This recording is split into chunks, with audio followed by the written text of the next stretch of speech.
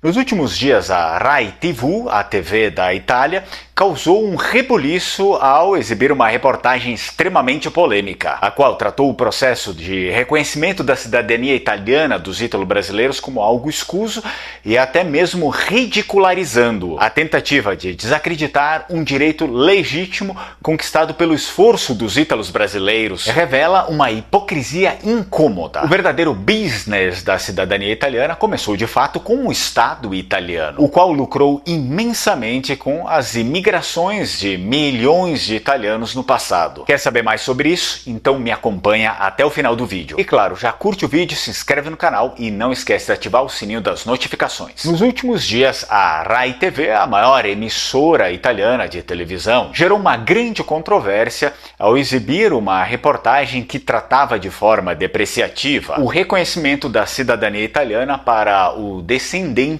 no Brasil. O vídeo, que rapidamente ganhou notoriedade, apresentava o processo inteiro como algo escuso e marginalizado, utilizando-se de chacotas e difamações para desacreditar a busca legítima pelo reconhecimento da nossa origem. Entre os pontos abordados, a reportagem mencionou as longas filas nos consulados para o reconhecimento e também o crescimento do recurso à via judicial, que se tornou uma alternativa viável diante a morosidade administrativa. E foi mencionado ainda o caso de Val di Zoldo em Belluno, onde o prefeito local teria utilizado o caso das cidadanias italianas para se promover politicamente no território nacional, alegando que o processo de reconhecimento seria uma espécie de distorção legal. Contudo, a exibição na reportagem de páginas de internet de algumas pessoas, as quais eles nem tinham o direito de exibir, levou a uma solicitação de direitos autorais no YouTube, e a emissora italiana foi obrigada a remover o conteúdo da plataforma,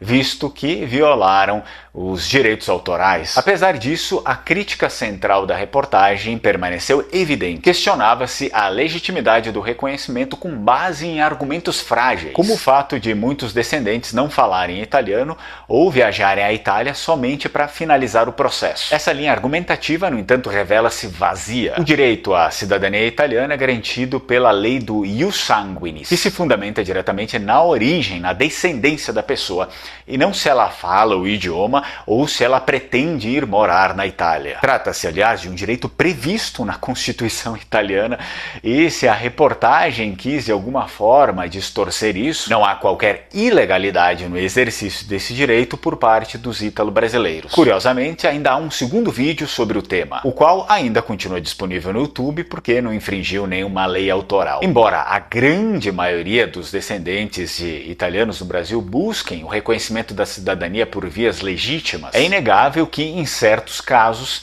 ocorrem algumas irregularidades que mancham a reputação de todo o processo. Há relatos de assessores e advogados movidos pela ganância que promovem esquemas fraudulentos, como vários registros de muitas pessoas numa mesma casa com poucos cômodos, ou até mesmo a entrada fictícia de requerentes que jamais pisaram em solo italiano. Contudo, o que muitas dessas reportagens sempre fazem questão de omitir é que essas fraudes, que fazem parte da minoria dos casos, elas só são possíveis de ocorrerem por conta da conivência de funcionários públicos italianos. Para que esses processos fraudulentos sejam possíveis de acontecer, é necessário que um funcionário do Comune, da Anagrafe ou até mesmo um policial local estejam envolvidos nesse esquema corrupto. Ou seja, esse tipo de fraude não é apenas má-fé dos requerentes ou dos péssimos profissionais inescrupulosos, mas também e principalmente envolve a corrupção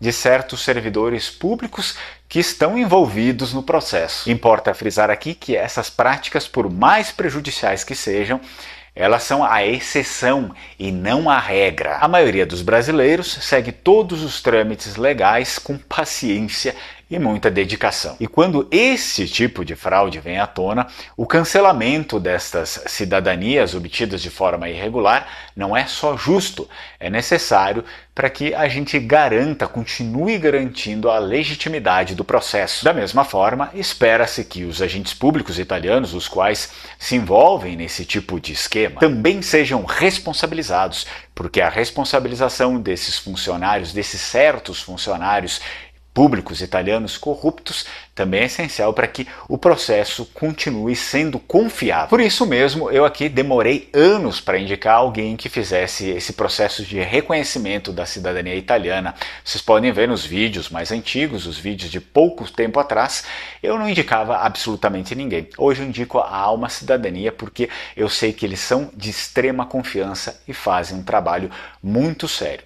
Entre em contato com eles com o meu código Lengomare 2025 e você vai ter aí uma série de benefícios para o seu procedimento. Para dizer a verdade, há uma incoerência gritante, como reportagens como essa da RAI, ou alguns certos políticos vêm à tona para criticar o tal do business da cidadania italiana. A mesma Itália que lucrou imensamente com as expatriações do século XIX e XX, hoje parece sofrer uma certa amnésia histórica ao abordar esse tipo de fato. E o mais intrigante é que parece que até mesmo entre os ítalo-brasileiros esse passado parece que foi apagado, porque raramente as pessoas mencionam isso. Então, aqui nesse vídeo, vamos relembrar o que de fato aconteceu lá no passado e porque a crítica ao business da cidadania é completamente hipócrita. Os imigrantes italianos que partiram para o Brasil, sobretudo no final do século XIX, enviavam parte de seus ganhos para as famílias que haviam ficado para trás. Para regiões rurais como o Vêneto, a Calábria e a Sicília, essas remessas eram fundamentais para a sobrevivência. De fato, estima-se que essa transferência de recursos representava uma parcela significativa das divisas que entravam no país, fortalecendo a economia local e servindo como fonte de arrecadação para o Estado italiano. Além disso, a imigração para o Brasil beneficiou diretamente a Itália no plano comercial. Com a abolição da escravatura, os italianos foram recrutados para substituir a mão de obra nas lavouras de café, o que estreitou os laços comerciais entre os dois países. O Brasil tornou-se um grande importador de produtos italianos, impulsionado por acordos comerciais que, no fundo, nasceram da presença massiva de italianos no território brasileiro. Mas os lucros não paravam por aí. Os próprios imigrantes tinham de pagar taxas ao governo italiano para obter documentos e regularizar a sua saída do país. Em paralelo, o Estado começou a expandir a sua rede consular, fortalecendo a influência diplomática italiana no exterior. Uma estratégia de poder que só foi possível porque milhões de italianos foram enviados mundo afora. O preço humano, no entanto, foi brutal. Muitos imigrantes chegaram ao Brasil enganados por falsas promessas de prosperidade e acabaram submetidos a condições de trabalho análogas à escravidão. As colônias agrícolas eram verdadeiros campos de exploração, onde os imigrantes ficavam presos a dívidas e viviam em extrema precariedade.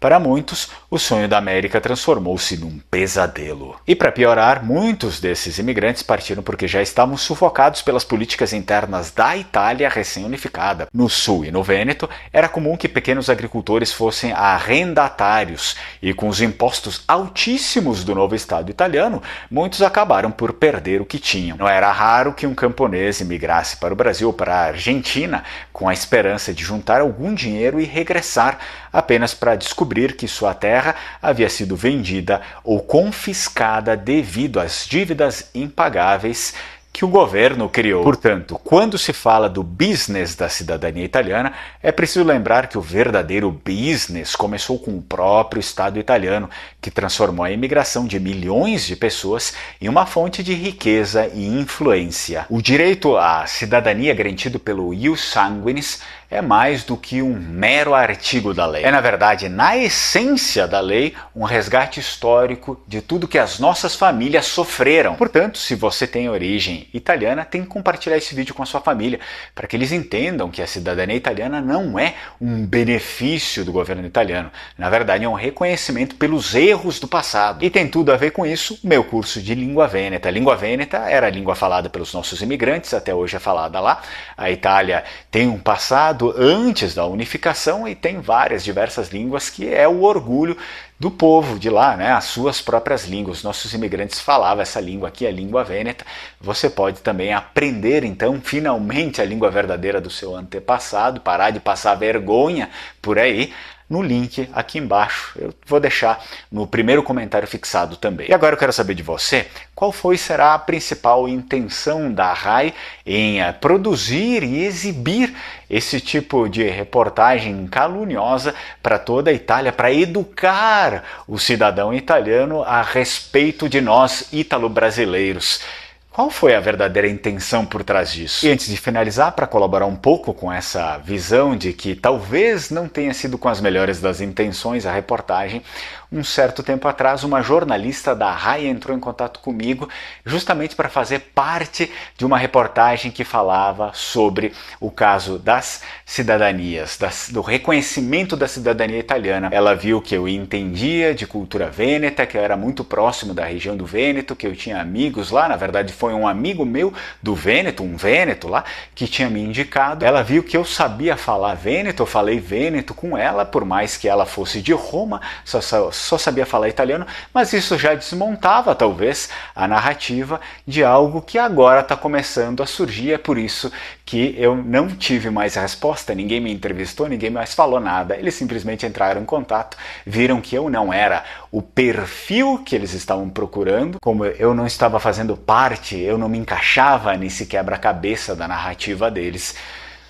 Talvez tenha sido por isso que eles não retomaram mais o contato comigo. E agora, se você não ficou sabendo da indisposição que o carnaval brasileiro causou com muitos portugueses, porque uma alegoria retratou um índio segurando a cabeça decapitada de Dom Pedro II, então eu indico que você assista esse vídeo aqui.